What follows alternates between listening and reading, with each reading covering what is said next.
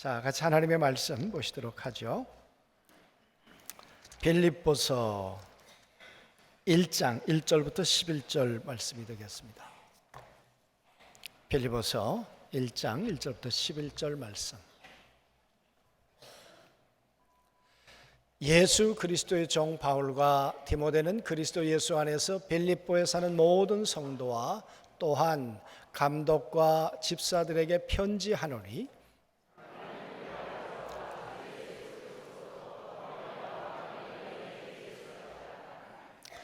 내가 너희를 생각할 때마다 나의 하나님께 감사하며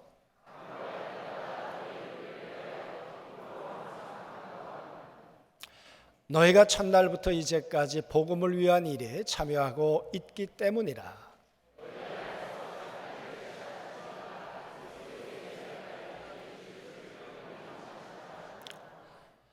내가 너희 무리를 위하여 이와 같이 생각하는 것이 마땅하니 이는 너희가 내 마음에 있음이며 나의 매임과 복음을 변명함과 확정함에 너희가 다 나와 함께 은혜에 참여한 자가 됨이라.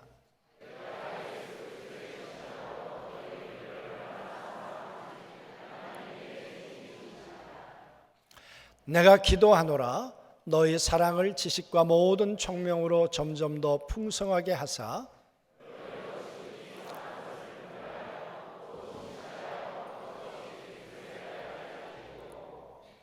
예수 그리스도로 말미암아 의의 열매가 가득하여 하나님의 영광과 찬송이 되기를 원하노라. 아멘. 여러분, 또 가을이 왔죠? 네. 이제 좀 있으면 또 겨울이 올 텐데, 우리의 인생도 가을이 오잖아요. 그래서 그 젊은 시인 윤동주 시인이 그런 제목으로 시를 썼어요. 내 인생이 가을이 오면. 내 인생에 가을이 오면 나는 나에게 물어볼 이야기들이 있습니다.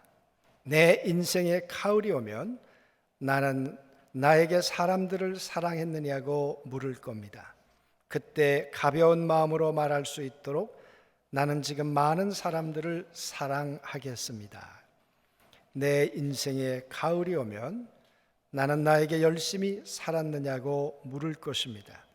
그때 자신에게 말할 수 있도록 나는 지금 맞이하고 있는 하루하루를 최선을 다하여 살겠습니다. 내 인생에 가을이 오면 나는 나에게 사람들에게 상처 준 일이 없었느냐고 물을 겁니다. 그때 자신 있게 말할 수 있도록 사람들을 상처 주는 말과 행동을 말아야 하겠습니다. 내 인생에 가을이 오면 나는 나에게 삶이 아름다웠느냐고 물을 겁니다. 그때 기쁘게 대답할 수 있도록 내 삶의 날들을 기쁨으로 아름답게 가꿔야겠습니다. 내 인생에 가을이 오면 나는 나에게 어떤 열매를 얼마만큼 맺었느냐고 물을 겁니다. 그때 나는 사랑스럽게 대답하기 위해 지금 나는 내 마음밭에 좋은 생각의 씨를 뿌려놓은 좋은 말과 좋은 행동의 열매를 부지런히 키워야 하겠습니다. 사실은 나이로 보면 인생에 가을을 살지 못하고 젊은 날 세상을 떠난 아까운 시인이죠. 그러나 우리가 어느 때 떠나느냐 하는 것은 우리의 생각이겠습니다만은 한번 시작된 인생은 언젠가는 가을을 맞이하고 끝을 내게 됩니다. 우리의 인생이 끝났을 때, 우리의 모든 인생의 시간표가 마침표를 찍었을 때 나는 잘 살았을까? 나는 어떻게 살았을까? 그 말이죠. 오늘 빌립보서 말씀을 우리가 보면서 빌립보에 있는 성도들을 향해서 감옥에 있는 바울이 하고 싶은 이야기가 있습니다. 바울이 생각할 때 이 빌립보에 있는 성도들은 참으로 특별했습니다. 왜냐 그러면 바울은 빌립보에 가서 교회를 세우거나 영혼을 전도하거나 할 계획이 없었던 사람이었잖아요. 그는 아시아를 향해 마음을 품었습니다. 그런데 하나님께서 모질게도 막으셨어요. 그리고는 저 마게도니아에서 손짓하는 환상을 보여주시더니 가라고 하셨어요. 가서 무슨 일이 있을까? 내 인생에 어떤 일이 있을까? 그래서 건너간 곳이 빌립보라는 지역이었습니다. 빌립보는 원래 빌립 알렉산더, 그러니까 알렉산더의 아버지의 이름을 따서 빌립보라는 지명을 쓰게 되었습니다. 그러다가 로마가 그 지역을 이제 점령하게 되지요.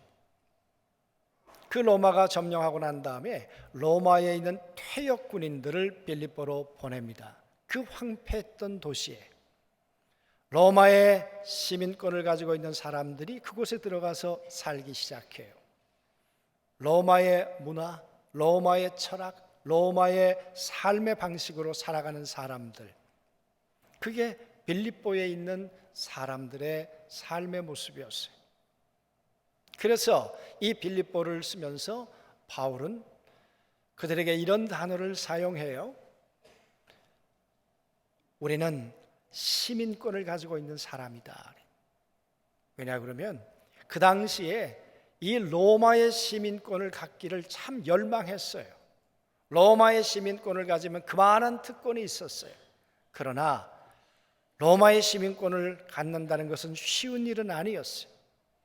왜? 로마의 시민권을 갖기 위해서는 절차가 있었고 또 나름대로 이제 까다롭게 또 보지 않았겠습니까? 그리고 이 시민권을 가지면 그렇게 살아갈 수 있을까라는 걸 평가를 했겠죠. 그래서 시민권을 갖는다는 것도 의미가 있지만 더 중요한 건 그렇게 살아가느냐 그 말이에요. 그러한 이 배경 속에 살고 있는 빌립보 사람들, 빌립보 성도들, 그 성도들에게 우리는 하늘나라 시민권을 가졌기 때문에 우리는 하나님의 나라의 백성답게 살아야 돼. 지금 그 얘기를 하고 있는 것이 빌립보서 이야기입니다.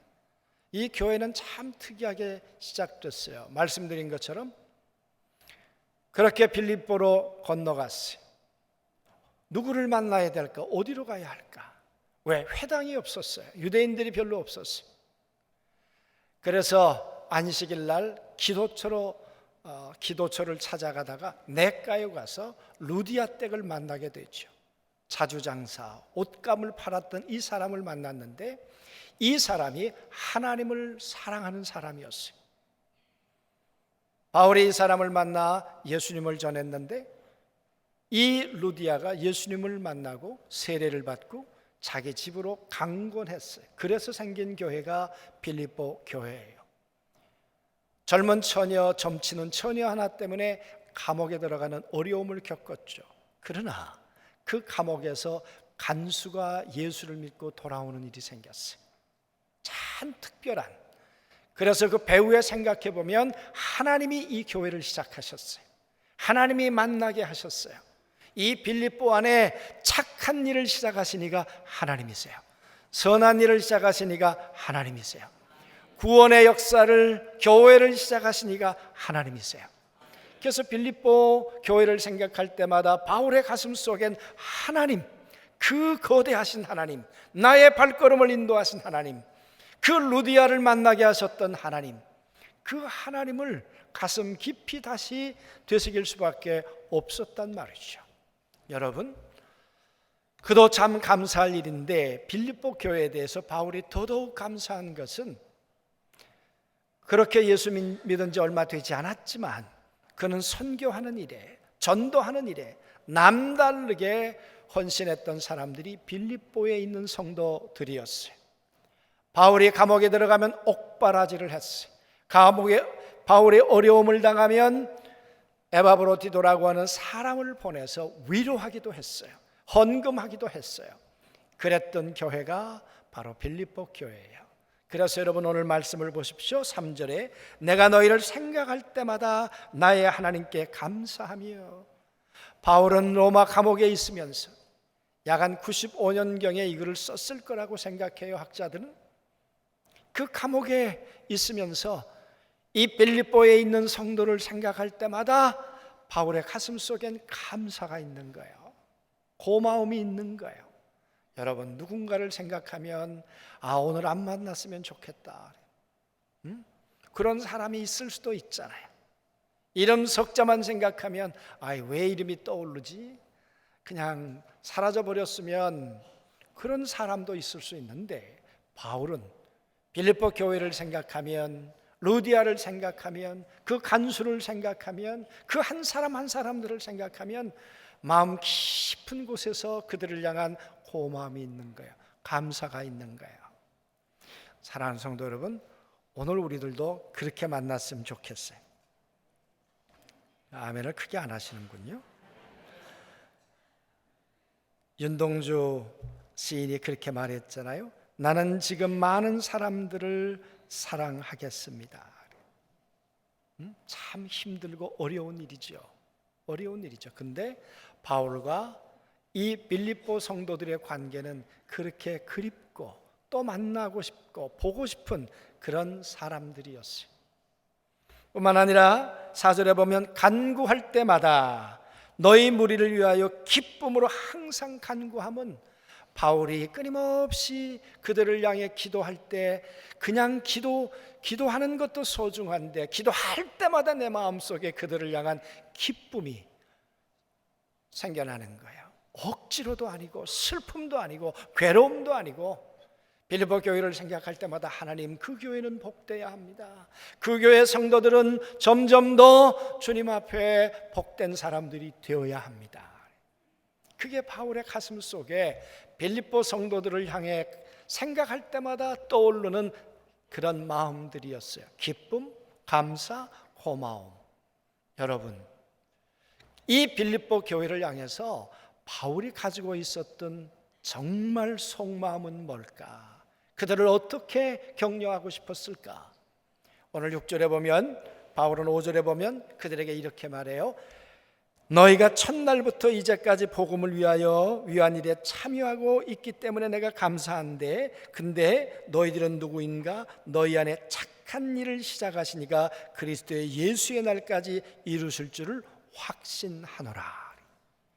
바울이 그들을 향해 하고 싶은 얘기가 뭐냐 그러면, 너희 안에 착한 일이 시작되었어. 그래.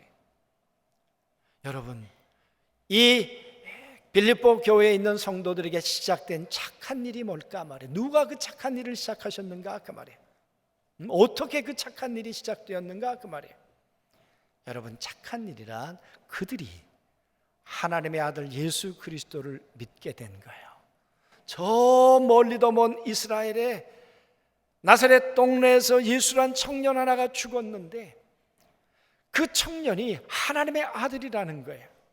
그 하나님의 아들이 죽었는데 우리의 죄가 사함받는다는 거예요. 그 하나님의 아들 예수 그리스도가 살아나셨는데 우리도 그와 함께 살아나 영원한 삶을 하나님의 나라에서 살게 된다는 거예요.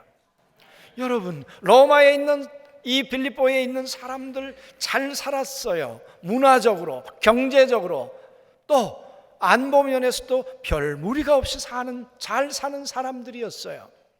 그랬지만 바울은 그들을 향해서 이렇게 말해요. 아무리 잘 살아도 죄와 허물로 죽었어.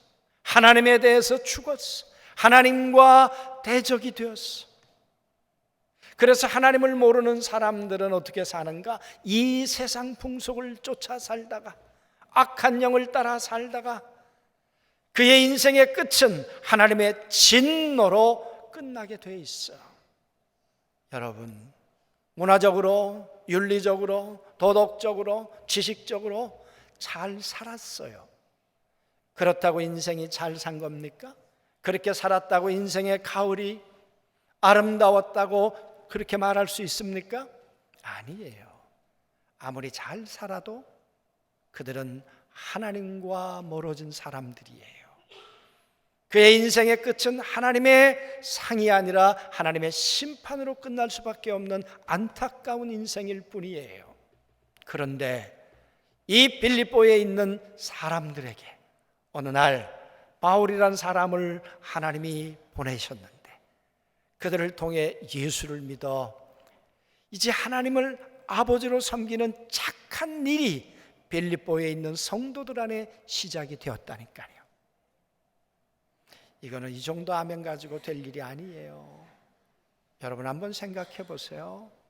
내 안에 예수 그리스도가 하나님의 아들인 것을 알게 하시니 착한 일, 모든 죄가 그리스도의 은혜로 말미암아 사함을 받고 이제 하나님의 자녀가 되어서 하나님의 영원한 나라를 향해 갈 수 있다고 하는 이 착한 일, 누가 우리 안에 이 착한 일을 시작해 줄 수 있겠어요? 오직 하나님, 오직 그리스도, 오직 성령님께서 이 착한 일을 우리 안에 시작해 주셨고 빌립보 성도들 안에도 그렇게 시작해 주신 줄로 믿습니다. 그래서 여러분, 그리스도 안에서 시작한 이 착한 일을 어떤 분이 이렇게 설명했어요. 제가 그분의 설명을 들으면서 참 설명을 잘했다 싶어서 그 설명을 컨닝해서 제가 말씀드리는 거예요. 그분이 이렇게 설명하셨어요. 그분 안에 착한 일을 시작했다는 것은 시험지에다가 이름 석자를 쓴 거다. 내가 예수님을 믿기 시작했어요. 그 시험지를 받아들였어요. 거기다가 이계승 이렇게 쓴 거예요. 양윤이 이렇게 쓴 거예요. 여러분, 이름 석자 썼으면 끝난 건가요? 이름 석자 쓰면 합격되는 건가요? 아니잖아요. 이름 석자의 명예를 걸고 거기다가 정답을 써야 되잖아요. 그래서 오늘 여기 보니까 그리스도의 날까지 이루실 줄을 확신하노라. 그 말은 예수 그리스도가 오시는 날, 그날은 선생님이 와서 다 시험지를 걷어가는 날이에요. 시험지를 걷어가면 선생님은 뭘 하시나요? 시험지를 걷어다가 채점을 하시겠죠. 정답과 오답을 가려내시겠죠. 정답을 이렇게 열심히 체크해 가다가 이명부, 오, 빵점. 채점을 해 나가시다가 정시대 95점. 여러분, 이렇게 정답과 오답을 가려내지 않으시겠어요? 그리스도가 오시는 날이 그런 날이라는 거예요. 여러분, 오늘 그리스도 안에 착한 일을 시작해 주셨어요. 우리의 이름이 하늘나라 시민권을 갖도록 만들어 주셨어요. 예수님께서 제자들에게 귀신이 쫓아나간 것 대단한 일이다. 병든 자가 일어난 것도 너희를 통해서 참 놀라운 일이다. 그러나 더 귀한 일은 너의 이름이 생명책에 기록된 걸 인해서 기뻐해라. 너의 이름이 생명책에 기록해 주신 그 하나님을 찬양하고 하나님께 감사하고 하나님을 예배해야 된다. 오늘 여러분, 빌립보 교회 성도들을 하나님께서 그 생명책에 기록해 주신 것 너무 감사할 일이죠. 너무 찬양할 일이죠. 그러나 더 중요한 건 주님이 그 시험지를 걷어서 채점할 때 좋은 성적을 거두도록 그리스도의 날까지 우리를 그렇게 세워주시고 인도해 주신다는 거예요. 그날 좋은 성적을 받을 수 있도록. 할렐루야, 아멘. 그래서 여러분, 우리가 받은 시험지에다가 뭐라고 써야 할까? 바울이 이 빌립보에 있는 성도들에게 난 너희들이 이렇게 정답을 썼으면 좋겠다. 그게 뭐냐 그러면 9절 말씀이에요. 9절 말씀에 내가 기도하노라 너희 사랑을 지식과 모든 총명으로 점점 더 풍성하게 하사. 그래. 나는 너희들의 시험지가 풍성해졌으면 좋겠어. 근데 거기다가 어떤 답이 쓰여져야 하는가? 내가 예수님을 처음 믿었을 때 하나님의 사랑이 뭔지를 몰랐는데, 예수 그리스도가 왜 하나님 보좌를 버리고 이 땅 가운데 오셨는지 내가 잘 몰랐는데, 죄인된 나를 위해서 원수 되었을 때, 연약할 때, 허물이 많았을 때 날 위해서 이 땅 가운데 오시고 십자가에 죽기까지 사랑하심으로 나를 향한 사랑을 확증해 주셨던 그 예수 그리스도의 사랑, 그 사랑이 믿음의 연조만큼 풍성해져 가는 거예요. 여러분, 우리 성경에 있는 믿음의 사람들을 생각해 보시죠. 우리가 잘 아는 아브라함, 그가 갈대아 우르에서 떠나올 때 하나님에 대한 사랑에 대해서 얼마나 알았겠어요. 그러나 그의 인생이 끝날 때쯤 백세야 이삭을 받고 이삭을 모리아 산에서 바칠 때쯤이면 하나님을 향한 사랑이 처음하고는 달랐겠죠.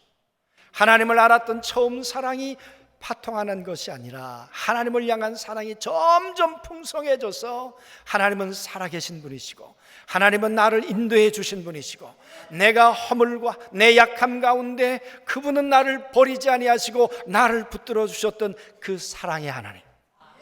그래서 여러분, 그 사랑에 대해서 풍성해진 사람이 아브라함이었을 거예요. 우리 믿음의 사람들이었을 거예요.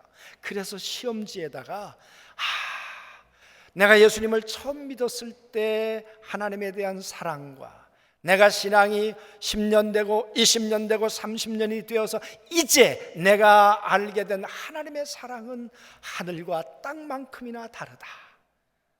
사랑이 이렇게 풍성할 줄이야. 할렐루야, 아멘. 너희 시험지에다가 그렇게 썼으면 좋겠다, 그 말이에요. 뿐만 아니라 바울은 이 빌립보에 있는 성도들이 시험지에다가 이런 걸 썼으면 좋겠다. 내가 하나님을 깨달았다. 하나님의 말씀이 뭔지를 내가 깨닫게 되었다. 내가 잘 몰랐는데, 그때는 몰랐는데 그랬구나. 하나님께서 왜 내 인생 속에 사례가 잉태하지 못하도록 하셨을까? 하나님께서 왜 허물 많은 나를 향해 이렇게 오래 기다려 주셨을까? 100세가 되어서 왜 아들을 주셨을까?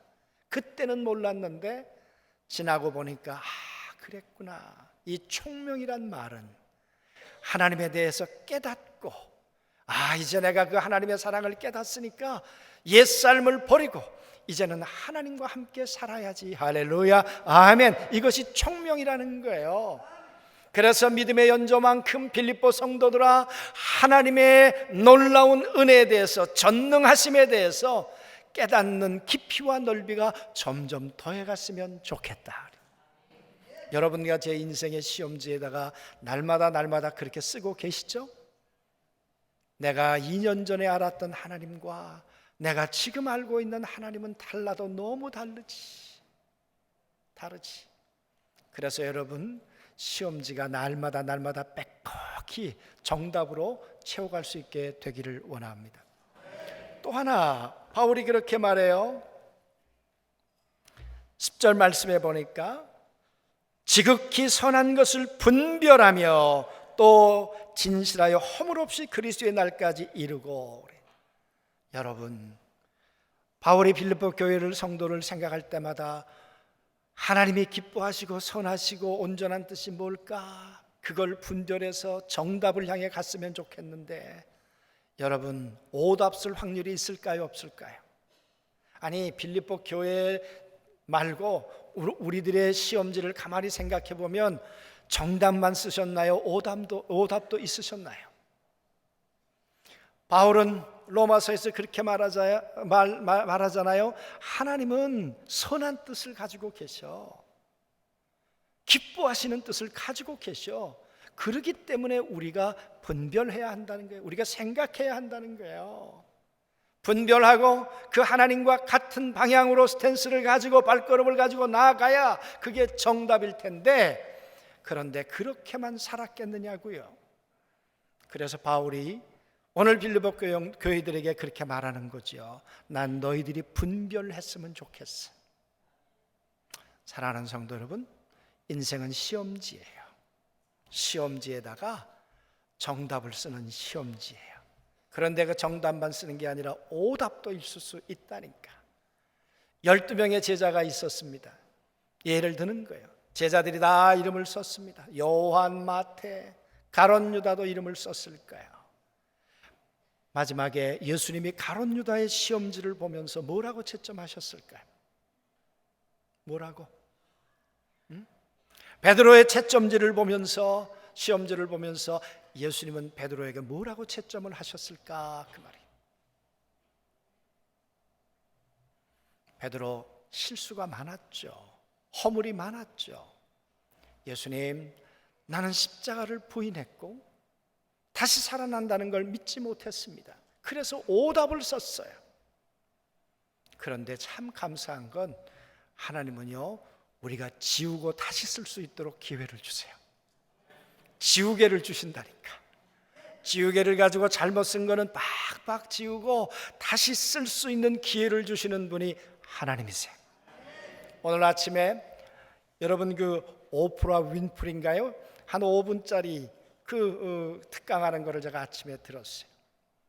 그 여자가 얼마나 불행한 삶을 살았는지 많이들 아실 거예요. 어려서부터 무수히 많이 성폭행을 당하고 마약을 하고 그랬던 그가 얼마나 영향력 있는 여자가 되었습니까? 그분이 그렇게 얘기를 했어요.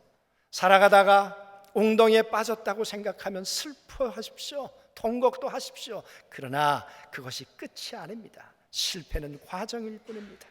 다시 지우고 다시 일어나면 됩니다. 우리 주님은 오늘 베드로에게 다시 지우고 다시 정답을 쓸 수 있도록 기회를 주시는 분이 하나님이세요. 사랑하는 성도 여러분, 그러므로 우리의 인생이 끝날 때, 그리스도의 날이 우리 가운데 다가왔을 때, 우리의 인생이 가을이 왔을 때, 정말 우리의 시험지에는 잘못된 게 있다면 지우고 다시 써서 오답보다는 정답이 훨씬 더 많았으면 좋겠어요. 그래서 하나님께서 우리를 보시면서 그래, 너 참 그때 잘 깨달았어, 그때 분별했어, 그때 고치길 잘했지, 그렇게 말씀해 주시는 우리의 인생이 되었으면 좋겠습니다. 여러분, 요즘 제가 마음속에 조금 염려되는 거 있어요. 뭐냐 그러면 저를 포함해서 우리 교회가 기도하는 게 옛날만 못해요. 옛날 우리 믿음의 선배들이 열심히 기도하던 그 기도의 열기만큼 우리가 점점 못해져 가는 것 같아요.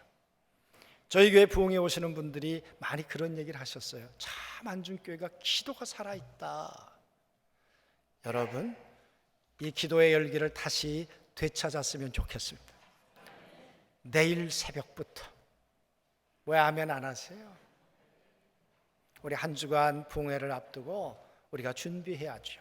우리가 사도행전을 읽어내려가면서 은혜를 받는 사람들 앞에 설명하고 붙어있는 이야기들을 유심히 보세요. 루디아, 하나님을 사랑하는 루디아, 하나님을 갈망하는 유디아, 그런 사람들에게 하나님의 은혜를 주시지, 갈망하지 않는데 우리의 심령 가운데 은혜가 들어오지는 않으세요. 그러므로 이번 한 주간 우리가 새벽에 일어나서 온 성도들이 함께 기도하고 정말 하나님 앞에 우리 부흥회를 준비하는 그런 시간이 되었으면 좋겠습니다. 내일 새벽에 못 오실 분들은 아주 교회 와서 철야를 하시면 돼요. 아멘.